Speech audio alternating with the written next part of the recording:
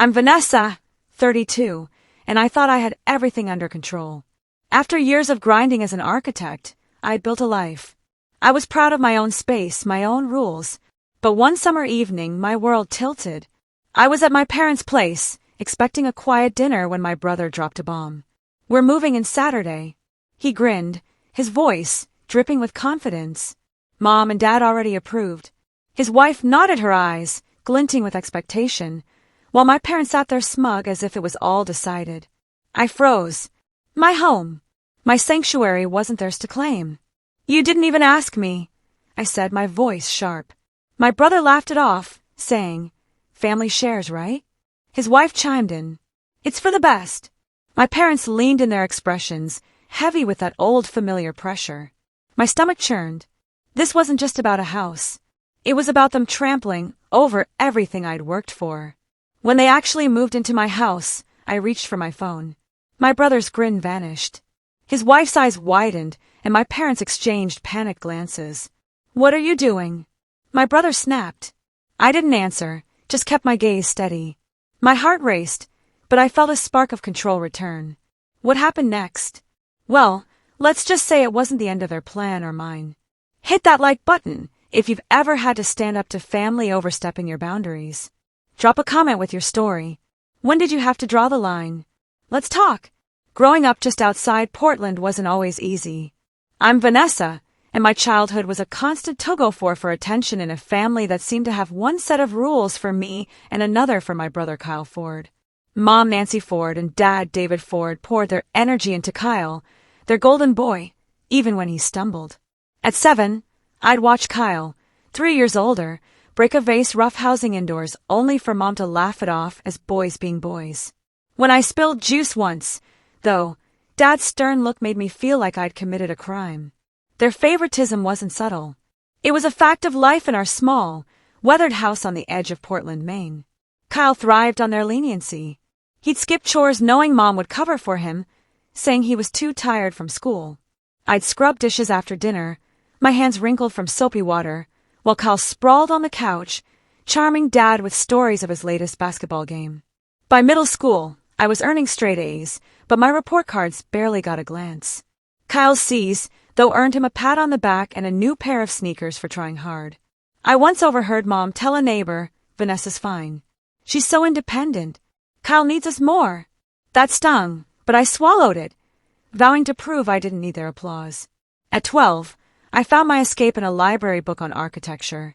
The clean lines of blueprints, the logic of buildings. It was a world where effort mattered, not favoritism. I'd sketch houses in my notebook, dreaming of a place that was mine alone. Kyle, meanwhile, leaned into Mom and Dad's indulgence. At 15, he crashed Dad's old pickup during a joyride. Instead of grounding him, they bought him a bike to keep him out of trouble. I walked to school that year, saving my lunch money for art supplies. Their double standards shaped us. I learned to rely on myself. Kyle learned he could always fall back on them. One summer when I was 14, I built a treehouse in our backyard. I spent weeks hammering boards, measuring angles, proud of every nail I drove in straight. Kyle mocked it, saying it was just a kid's thing, but Mom and Dad didn't even come out to see it. A month later, Kyle half-heartedly started a birdhouse project for school, and they spent hours helping him, praising his creativity. I stopped showing them my sketches after that. It wasn't about jealousy. I just realized they'd never see me the way they saw him. By high school, I was working weekends at a local diner, saving for college, while Kyle coasted confident Mom and Dad would fix his messes. That dynamic followed us into adulthood. Kyle, now 35, married Lisa Ford, a 34-year-old office clerk, and they had a daughter, Hannah Ford, who's 10. Their life's a mess of unpaid bills and shaky jobs, but Kyle still expects handouts, believing family owes him. Lisa, quiet and loyal, goes along with his plans, thinking my success should be shared. I, on the other hand, poured everything into becoming an architect. After college, I landed a job designing homes in Portland. Each project a step toward my dream, a house of my own, free from anyone's claim. My first big break was a community center project that won local praise, letting me save enough for a down payment. Every choice I made was about standing on my own, unlike Kyle, who still leaned on Mom and Dad. Kyle's latest plan was no surprise. Struggling financially, he saw my home as his family's ticket to stability, a better place for Hannah, a fresh start for him and Lisa. But it wasn't his to take.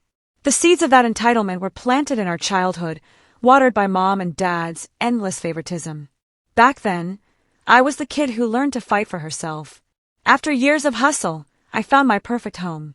Now at 32, I'd spent 10 years as an architect, working late, skipping trips, and saving every dollar. My designs for homes and a community center in Portland, Maine, built my name and my savings. When I found a $500,000 house just outside the city, I knew it was mine. I handled the mortgage negotiations, signed the papers, and stood in the empty rooms, proud of what I'd achieved alone. This house wasn't just walls and windows. It was my proof that I didn't need anyone's help to make it. I decided to share the milestone with a housewarming party in the backyard garden. I invited Mom, Dad Kyle, Lisa, and my niece Hannah along with extended family, my cousin Ethan Stone, his sister Sarah Brooks, my uncle Mark Ford, and my Aunt Diane Morgan. I set up tables with snacks, hung string lights, and played soft music for a warm summer afternoon. During the tour, I showed off the open kitchen and my favorite workspace nook. Ethan, my cousin, praised the layout, saying it fit my style perfectly. Sarah, his sister, snapped photos, smiling. Mom and Dad gave quick nods, their compliments brief, like they didn't see why this mattered so much. While we ate in the garden, Kyle leaned in and said, "This place would be perfect for us and Hannah." His casual tone didn't fool me. Lisa added, "It's way bigger than our apartment. Hannah would love it." I forced a smile, but I tensed. Their words sounded like they were claiming my space. Mom nodded slightly, and Dad stayed silent, his gaze on Kyle. I tried to ignore it, hoping it was just talk, but doubt crept in. As the evening went on, Kyle pressed further. "You've got so much room," he said, pointing at the garden. "It's made for a family." Lisa echoed, "Our place is too small. This would be a game share." Hannah chased a ball nearby, unaware of their hints. Kyle's comments weren't praise, they were calculated. I shifted the topic to a work project. But Kyle cut in. "You're lucky to have all this. Not everyone gets that chance." His words stung, reducing my hard work to luck, and I gripped my glass tightly. Then I noticed more. Lisa lingered near the entry, eyeing the key rack closely. Mom pulled me aside, saying, "Kyle's struggling. A house like this could help them." Her tone carried that old expectation like my success was for sharing. Dad said nothing, his silence backing her up. My Uncle Mark and Aunt Diane added vague comments about families sticking together, their smiles stiff. Ethan, my cousin, gave me a knowing look, sensing my unease. Sarah, his sister, tried a joke to ease the tension, but it didn't work. When the party ended, I felt uneasy. Kyle and Lisa's remarks weren't casual. They were testing my limits. Mom's words and Dad's silence confirmed they saw my home as theirs to use. I'd earned this house through years of sacrifice, from late-night designs to every saved penny. As I locked the door, their hints weighed on me. Kyle and Lisa didn't respect my boundaries, and I knew I had to stay firm to protect what was mine. Friday evenings at Mom and Dad's were usually relaxed, but this one felt different. I arrived at their house expecting the usual chatter and home-cooked meal. Instead, the air was thick with tension as soon as I walked in. Mom, Dad, Kyle, Lisa, and Hannah were there along with Ethan and Sarah. Mark and Diane, who often skipped these dinners, weren't present. I sat down trying to keep things light, but Kyle's smirk told me something was coming. Before the food was even served, he leaned forward and dropped the bomb. "We're moving into your place next week," he said, his voice smug. "Mom and Dad already said it's fine. Family helps family, right?" I froze my fork halfway to my mouth. "My house isn't up for grabs," I said firmly. "It's my home, Kyle. Not a crash pad for you, Lisa and Hannah." His smirk faded, replaced by a scowl. Lisa jumped in, her tone sharp. "Vanessa, we need a stable place for Hannah. You got all that space. Why can't you share?" I took a breath, keeping my voice steady. "I worked for that house. It's mine, not a family timeshare. You don't get to decide who lives there." Kyle scoffed, leaning back. "You've always been so selfish," he said. "This is about helping your niece." Mom's voice cut through. "Vanessa, Kyle's struggling. You're doing fine. Why can't you help your brother?" Her words hit like a slap, echoing the favoritism I'd grown up with. Dad nodded, adding, "It's what families do." I tensed, feeling cornered. "I've supported myself since I was a kid," I said. "I'm not obligated to fix Kyle's problems." Lisa's eyes narrowed. "Hannah deserves better than our cramped apartment. You're putting yourself over a child." Her accusation stung, but I held my ground. "This isn't about Hannah. It's about you and Kyle expecting handouts." The room erupted. Kyle raised his voice, saying I'd always been jealous of him. Mom called me ungrateful, insisting I owed them for raising me. Dad stayed quiet after his comment, but his stern look backed Mom up. I felt the weight of their judgment, like I was the kid being scolded again. Then my phone buzzed. It was a text from Ethan sitting across the table. "You're right to stand up. Don't let them guilt you." His support was a small lifeline, but it didn't ease the pressure. Sarah, ever the peacemaker, tried to calm things down. "Can't we find a compromise?" she said softly. Maybe Vanessa could help in another way. Her words meant to help only fueled Kyle. "Compromise?" he snapped. "She's got a mansion and won't share it." I clenched my fists under the table. "It's not a mansion. It's my home bought with my money. You don't get to demand it." Kyle laughed bitterly. "You think you're better than us, don't you?" Mom piled on, saying I was breaking the family apart. Lisa kept bringing up Hannah, as if I didn't care about my niece. I looked at Hannah, sitting quietly, her eyes on her plate. She didn't deserve to be caught in this, but I wasn't the one dragging her into it. "You're twisting this," I said to Lisa. "I love Hannah, but that doesn't mean you get my house." The argument spiraled. Mom recounted every time they'd helped me, like letting me live at home during college, ignoring that I'd paid rent. Dad finally spoke, his voice low. "You're being stubborn, Vanessa. Kyle needs this." I shook my head, exhausted. "What Kyle needs is to take responsibility, not take my home." Sarah tried again, suggesting we talk later to cool off, but Kyle cut her off, saying I was the problem. Ethan stayed silent after his text, but his nod gave me strength.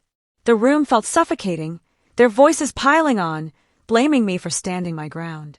By the end, I was done. I stood up, grabbing my coat. "My house is mine," I said, looking at Kyle, then Mom and Dad. "You don't get to decide what I do with it." I walked out, their words ringing in my ears. They'd crossed a line, and I wasn't backing down. My home was my boundary, and I'd protect it no matter what they thought of me. Monday morning felt like any other workday, but that illusion shattered when I heard a truck pull into my driveway. I glanced out the window of my home in Portland, Maine, and saw Kyle, Lisa, Mom, and Dad unloading boxes. My niece Hannah stood off to the side, looking unsure. I stepped outside, my pulse quickening as Kyle pulled a key from his pocket, the spare I'd noticed missing after the housewarming. He strode toward my front door, acting like he owned the place. "What are you doing?" I demanded, blocking the porch. "You can't just show up and move in." Kyle smirked, dangling the key. "We're family, Vanessa." Mom and Dad said, "It's fine. Hannah needs this." Lisa nodded, adding, "You've got room." "It's for your niece." Mom chimed in, her voice firm. "You have to help your brother and granddaughter." Dad stood by the truck, arms crossed, saying nothing but clearly backing them. I tensed, my voice sharp. "You stole my key. This is my house, not yours. Get out." Kyle laughed, brushing past me. "We're already here. Stop being dramatic." I wasn't backing down. I pulled out my phone and called my lawyer, Ms. Karen Walsh, who'd handled my home purchase. "I need confirmation of my property rights." I told her loud enough for them to hear. She confirmed I was the sole owner and advised me to call the police if they wouldn't leave. Kyle kept unloading boxes, ignoring me. Lisa said, "Vanessa, don't make this hard. We're family." Mom added, "You're being selfish. Think of Hannah." I clenched my jaw, their words hitting old wounds, but I dialed the sheriff's office. Sheriff Thomas Perry arrived within 20 minutes, his patrol car pulling up quietly. I explained the situation. My family was trying to move in without permission using a stolen key. Sheriff Perry, a calm man with a no-nonsense air, approached Kyle. "Sir, you need to leave. This is private property." Kyle's face reddened, his voice rising. "This is my sister's house. We're family." The sheriff didn't flinch. "Doesn't matter. She's the owner. You're trespassing." He turned to Mom and Dad. "You all need to go, or I'll issue citations." Lisa's shoulders slumped, her voice soft but bitter. Vanessa, you'd rather call the cops than help us. I shook my head. You didn't ask. You tried to take. There's a difference. Kyle threw a box back into the truck, muttering, "You'll regret this." Mom stepped forward, pleading. Vanessa, we raised you better than this. Kyle needs help. Dad finally spoke, his tone heavy. You're tearing us apart. I stood firm. You're the ones crossing the line. My home isn't your solution. Sheriff Perry stayed until they packed up. Hannah climbed into the truck, avoiding my eyes, and I felt a pang. She was caught in their mess. Lisa shot me a disappointed look like I'd failed her. Kyle slammed the truck door, still fuming. Mom and Dad lingered. Mom saying, "You're choosing a house over family."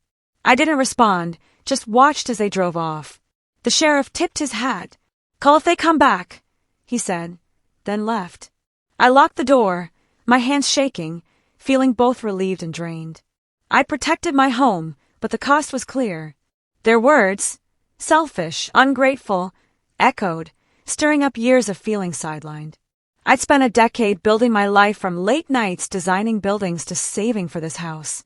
They saw it as theirs to claim, just like they'd always seen Kyle's needs as my burden. Standing in my quiet living room, I knew I'd done the right thing, even if it hurt. My home was my boundary, and I'd fought to keep it mine. After the sheriff left, I thought things might calm down, but I was wrong. The next evening, while I was sketching designs in my home office in Portland, Maine, my phone buzzed with notifications. Kyle and Lisa had gone live on Facebook, their faces filling my screen as I opened the app. Vanessa's selfish Kyle, said his voice loud. She kicked us out.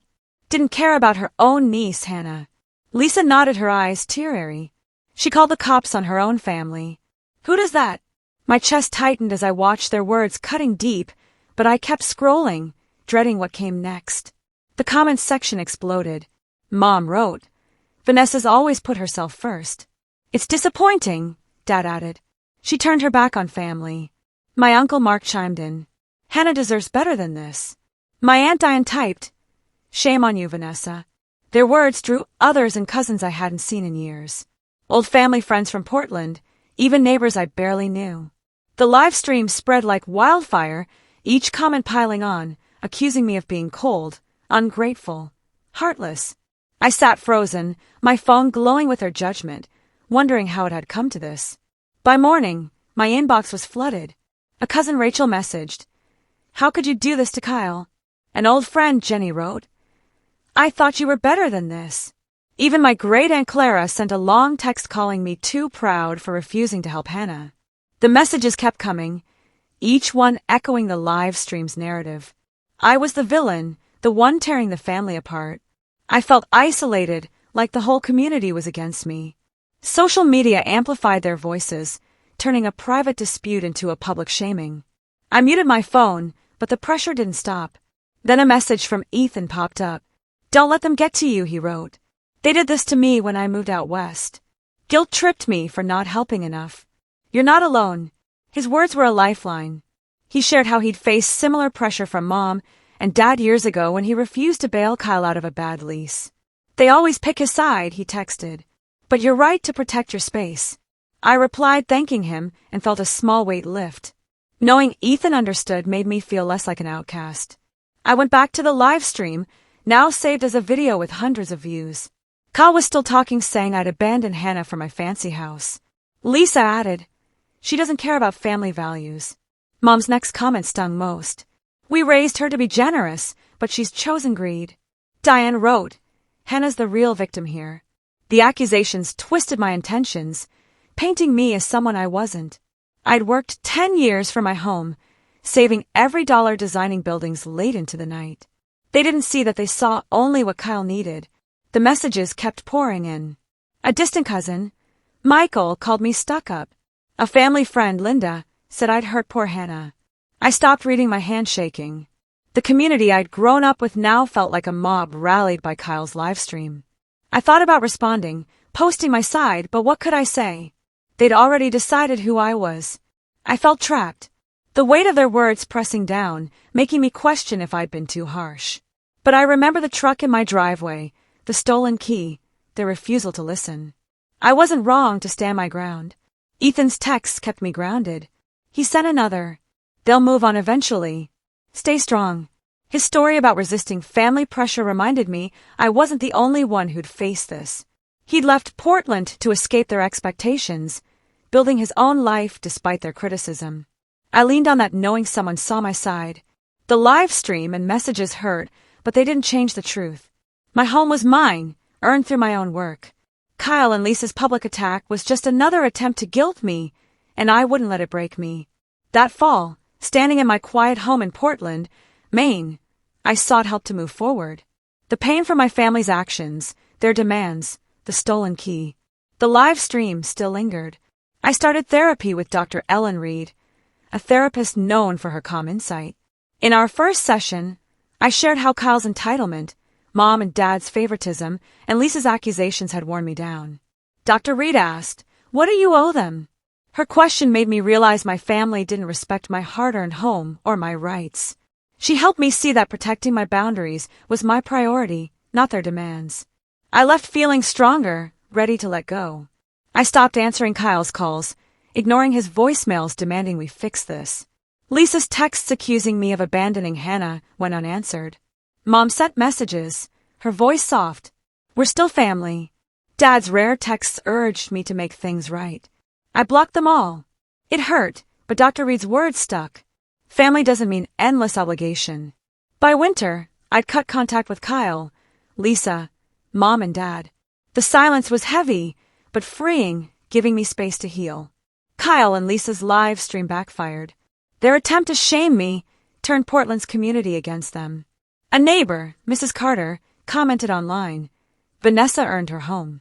You can't claim it." Others agreed, exposing Kyle's habit of seeking handouts. Their credibility faded, and without my house, they struggled. Kyle took unstable jobs, and Lisa's social media grew silent. Their refusal to plan for themselves left them stuck, their complaints ignored by a fed-up community. Mom and Dad faced their own consequences. Losing me left them isolated, relying on Kyle, who couldn't support them. Ethan told me they'd asked him for money, but he'd set his own boundaries. Mom hinted at regret in messages to Sarah, but neither she nor Dad questioned their favoritism toward Kyle. Their stubbornness cost them their daughter and a wider family, leaving them alone with their choices. I felt the pain for them, but I couldn't fix their mistakes. Therapy with Dr. Reed became my anchor. She helped me see how Mom and Dad's support always favored Kyle, dismissing my efforts. My home bought with years of late-night designs and savings was mine alone. Cutting contact wasn't loss, it was freedom. I reconnected with Ethan, who understood my choice. Over coffee, he said, "They'll never change, but you can." I built a new circle, work friends, a supportive neighbor, a neutral cousin. I missed Hannah's laughter, but hoped she'd understand one day. My lesson was clear. Self-respect trumps unhealthy family ties. My home symbolized my independence, a boundary I'd fought for. Kyle, Lisa, Mom and Dad faced their consequences for crossing it. Dr. Reed taught me boundaries aren't selfish, they're essential. I'd built a life I was proud of, and I'd keep it that way. To everyone listening, think about your own boundaries. Have you had to set them with family? What did you learn? Share below. I'd love to hear. Thank you for following my story. Your support means everything. Please subscribe and join me for more stories about standing strong.